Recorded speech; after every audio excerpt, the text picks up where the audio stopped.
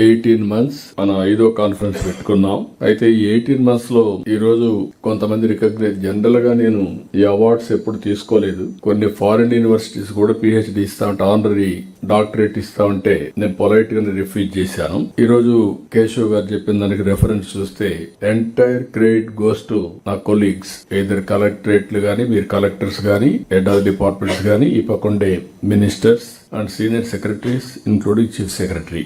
ఒకప్పుడు ease of doing business లో 14-19 first time second వచ్చాం. Gujarat was ahead of us. Then 2వ సంవత్సరం నుంచి మనం నెంబర్ 1 వచ్చాం. 4 ఏళ్లు మనమే నెంబర్ 1 వచ్చాం. Ease of doing business judgement లో కూడా వాళ్ళు మార్చారు ప్రొసీజర్స్.